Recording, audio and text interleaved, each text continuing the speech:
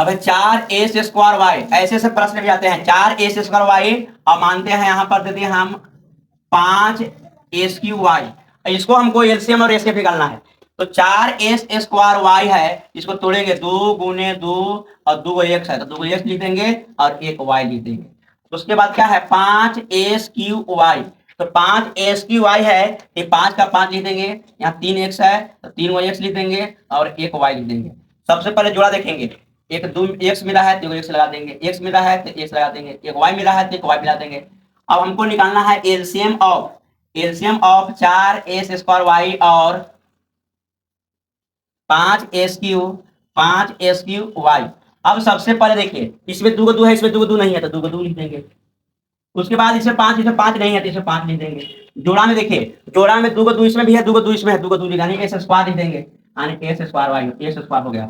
उसके बाद x बच गया तो फिर लिखना है, यहाँ x हो गया और दोनों में y मिल रहा है तो कोई एगो लिखेंगे। अब गुणा करेंगे, 2 2 के 4 बचे 20, यहाँ 20 हो गया और 3 x हो गया और 1 y हो गया। ये हो गया एलसीएम।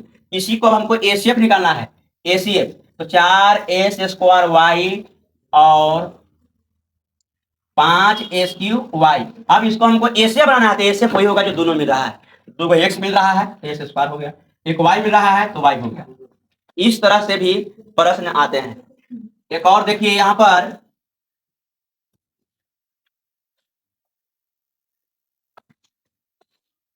क्योंकि p हो गया s² हो गया y, यहाँ हो गया q x y z का एलसीएम और एसीएफ ज्ञात करें।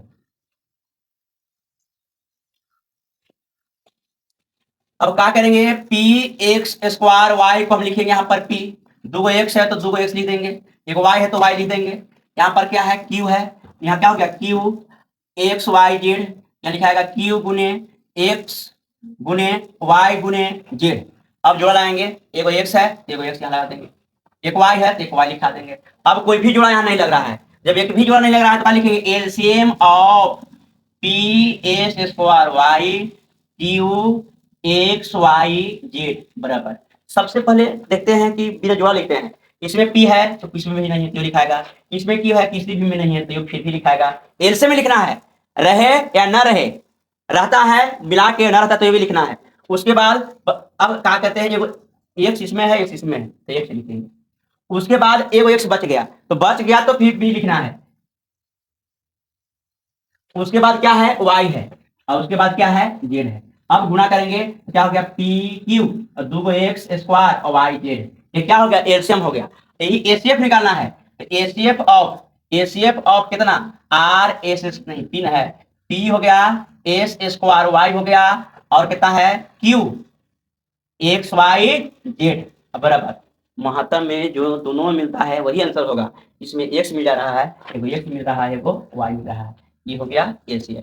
यही क्वेश्चन का पैटर्न बदल जाएगा कि P s² y q x y LCM बटा एसीएफ, एलसीएम और एसीएफ का अनुपात निकालें। एलसीएम और एसीएफ का अनुपात ज्ञात करें, गुणनफल ज्ञात करें। तो सबसे पहले लघुत्तम महत्तम निकालेंगे, लेकिन क्वेश्चन क्या कर रहा है, अनुपात कर रहा है। तो अनुपात कह रहा है जब, तो सबसे पहले कर रहा है एलसीएम, तो एलसीएम कितना है मेरा P Q x² y z। उसके बाद क्या है एक्स वाई है, तो जो काटता है तो काट देंगे, तो एक्स एक्स का क्या कट गया, देखो एक्स बच गया, वाई से वाई क्या हो गया कट गया, बच गया पी क्यू एक्स जेड बटा ए। अनुपात कर रहा है पी क्यू एक्स जेड, अनुपात कितना हो गया